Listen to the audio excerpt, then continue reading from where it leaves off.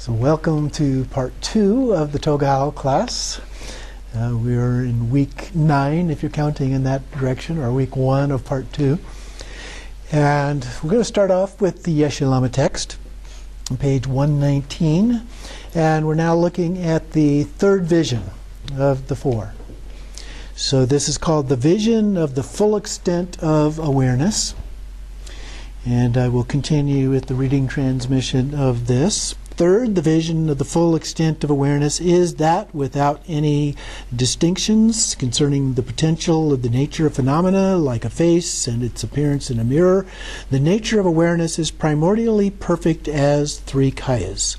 Throughout all 3 times, the notable qualities of the Sambhogakaya are perfected as the appearances of the path. It is in this way that one comes to realize that this is the ultimate meaning of the full extent of awareness at this juncture in time.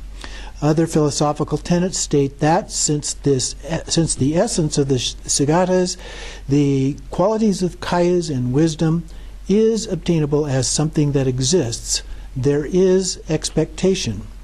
Their attempts to pursue a goal that leads to individual achievements, such as the gaining of major and minor marks with physical features, are predictable yet inconspicuous to them, like a thief.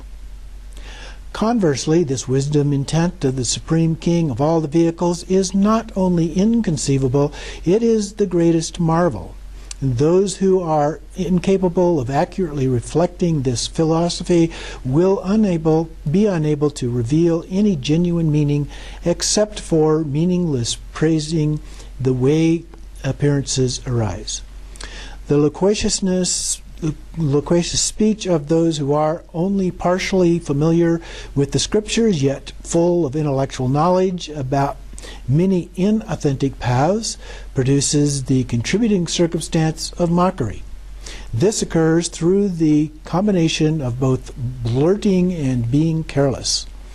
Therefore, in order to proclaim this secret vehicle of the snow land of Tibet, let it be known beyond a trace of doubt that this philosophy is only that of the sovereign conquerors, Drime Ozer. That's Longchenpa. Having said that, the intrinsic nature of the full extent is when the increasing qualities of awareness gain strength and all appearances become clear light. So at this level, we're beginning to see everything as a form of light. Okay? Once one is familiar with the nature of the 5 wisdoms in the center of the 5 formations of the vital essence, the crown protrusion and half of a deity's head, and then the entire solitary kaya arise, originating from the immaculate purification of the mnemonic kaya. So these are different levels of the appearances as we go through. We've talked about similar things in the past. Once the wisdom of the Sambhogakaya reaches its full extent, all 5 Buddha families, such as the conqueror Akshobhya, appear as solitary figures, then with complete ornamentation, and then with consorts in their perfected aspect. The principal ones and their retinues arise distinctly in group formations and are surrounded by the mandalas, Vajra fence, so and so forth, originating from the immaculate purification of the Dharmakaya. The vision is so perfectly clear that ordinary phenomena are naturally arrested. Whenever cognition is directed, it is able to penetrate so inanimate forms are set into motion, and even the body can be seen as partless particles. Mountains, crags, and other solid formations can be penetrated, free from obscuration. Since the dualistic mind has completely collapsed, the source of any hope and fear is discarded, and one becomes like a rambling idiot. At this time, whatever appears is all-pervasive purity, as stated in the Blazing Body Relic. Whoever becomes familiar with the light will witness objective appearances such as the 4 elements of earth, water, fire, and wind naturally vanishing. Gradually one will unite with the 5 colors, indicating inseparability with light. Furthermore, objective appearances will be seen as if by a person gone mad, and there will be the ability to travel underground and penetrate without hindrance or obstruction all mountains and crags. Even in water, one will not sink. So it is. All of this reveals the great characteristics of the full extent. To delineate the specific details, it states in the Root Tantra, in the intermediate space between the particles of one's body appear windows of light. Delicate light rays emanate from them in the form of hooks captivating appearances. The corporal body is naturally arrested, and an unimpeded stainless light body appears marked in the center with the syllable Ah.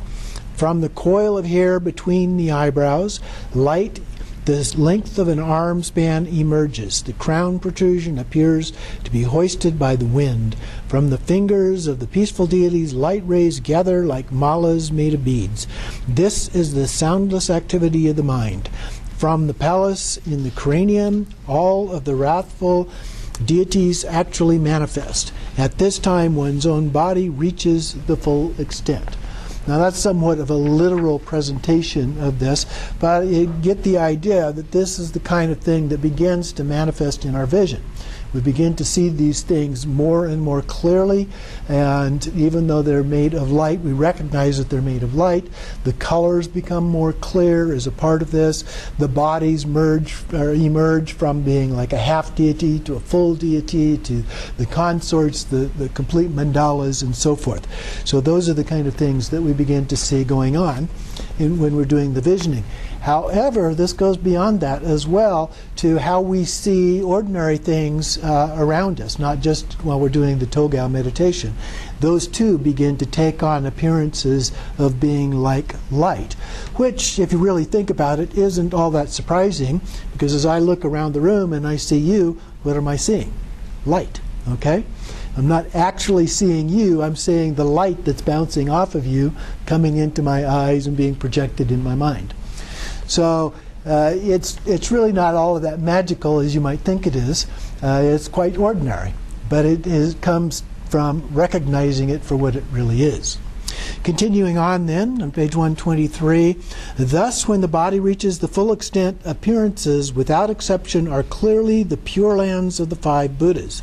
From the window of light in the hearts, radiant light penetrates the awe in one's own heart, through which the great radiant light empowerment is received. When light that is an arm span's length from the hair coil is evident, the vital essence of the wisdom wind appears on the crown protrusion in stacks of 9 or 5 resembling metal plates. I'm not exactly sure what he's referring to there, but the crown protrusion that he's referring to is the crown protrusion on the head of a Buddha.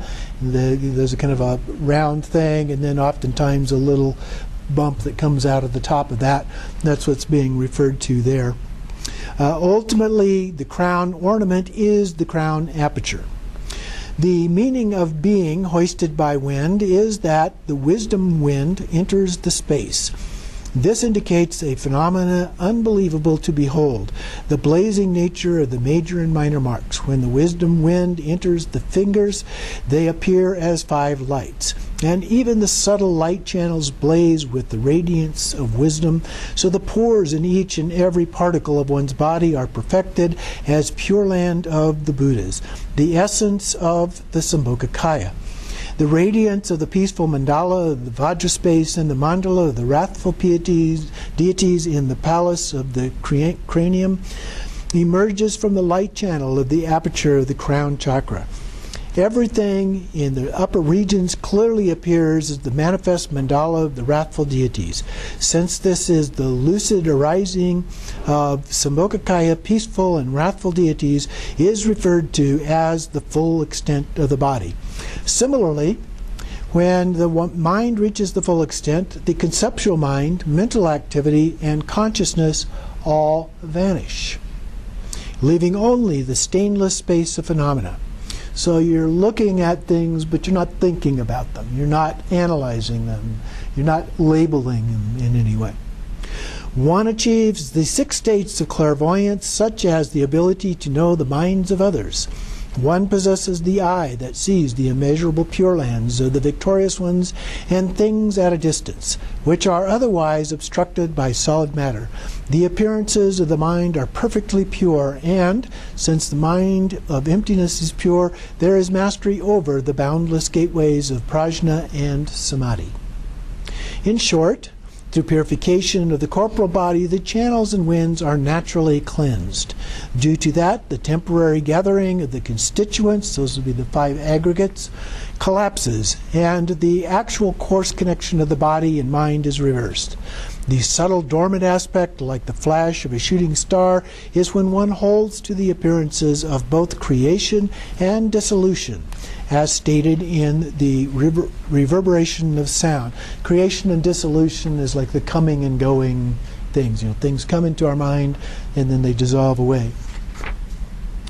This severing of the connection between body and mind is the exhaustion of the contaminated body, yet the mind's characteristic of clarity still arises externally. This is clearly observed within the element of space, like the flash of a shooting star. So these are the visions that we see when we're doing sky gazing. Thus, and the quote continues, the body becomes pure, clear light, and the wind becomes like flying sparks. They do not abide anywhere, yet they are natural radiance of the ground. This occurs in the manner of 2 aspects of appearances. This is the coming and the going. Then, when the connection between body and mind is severed, there will be no returning to the 3 realms. The 3 realms would be desire, form, and formless realms. Thus it is. Incidentally, here in the land of snow, some philosophers of other tenets claim that the appearance of empty form is nothing but confused perception, and that even the 4 visions of the Great Perfection belong to the tradition of heretics, known as viewers of the sun. You view the sun directly very long, you'll begin to be a heretic, I'm sure. Anyway, teachers who brazenly commit the rude downfall of harboring aversion to the Dharma through such claims belong to the ranks of wolves and cats. Unknowingly disparaging their own favorite philosophies about the appearance of empty form, such as found in the Wheel of Time and others, their limited knowledge is narrow and restricted like a hole. There are others who assert that to say the state of a Buddha is without kayas or wisdoms is a perverted view. They claim that the state of a Buddha is both an illusory kaya, the ultimate object to accomplish, and genuine truth. We, on the other hand, understand that the qualities of the essence of the Siddhatas are the Rupakaya. The Rupakaya is a combination of Sambhogakaya and the Nirmanakaya, and do not consider this Rupakaya to be a confused appearance. Just as the characteristic of the moon is by nature full, through the vision of the increasing experience, the increase in qualities is the potential of the 3 kayas, perfected as the appearance of the path. Although appearing in this way, this is merely a reflection of the radiance of awareness arising externally and is not the essential nature just as it is. Therefore, we do not fixate upon this as genuine truth. Just as the moon on the 13th day by nature decreases, the key point is that it is necessary for the essence of the externally appearing radiance to become exhausted. Therefore, we assert that awareness, including the subtle wind of motion, is perfectly pure, and that the appearance of the exhaustion of the mind and phenomena occurs in the immutable resting place of the inner space of original purity. That is why a practitioner realizing this knows that philosophies are the creation of the intellect and that disputations are resolved within the inconceivable nature of phenomena. When phenomena reach the stage of exhaustion, even one's own philosophy falls apart. At that time, even the upadesha of the guru vanishes. The limitations of view, meditation, and conduct are empty, and there is no vision of the Dharmakaya. Since the continuum of kayas and wisdoms has ceased, there are no Buddhas or sentient beings. In short, nothing whatsoever remains, nothing has gone, and nothing will ever return. Thus, one must simply rest in the wisdom intent of the middle way of non-abiding in any extreme. And so I think you have to be a little bit careful about reading this as a literal explanation of all of that. But in effect, what happens is you've transcended the labeling and the seeing things as specific objects and so forth. So when he says there are no Buddhas or sentient beings, a Buddha is a label, a sentient being is a label, and so forth. And so it doesn't mean everything just totally vanishes from your vision, but it means that you are no longer attached to any of that. They just come and they go. And as a result, we're not conceptualizing them, we're not thinking about them, we don't get attached or averse to them, and so forth.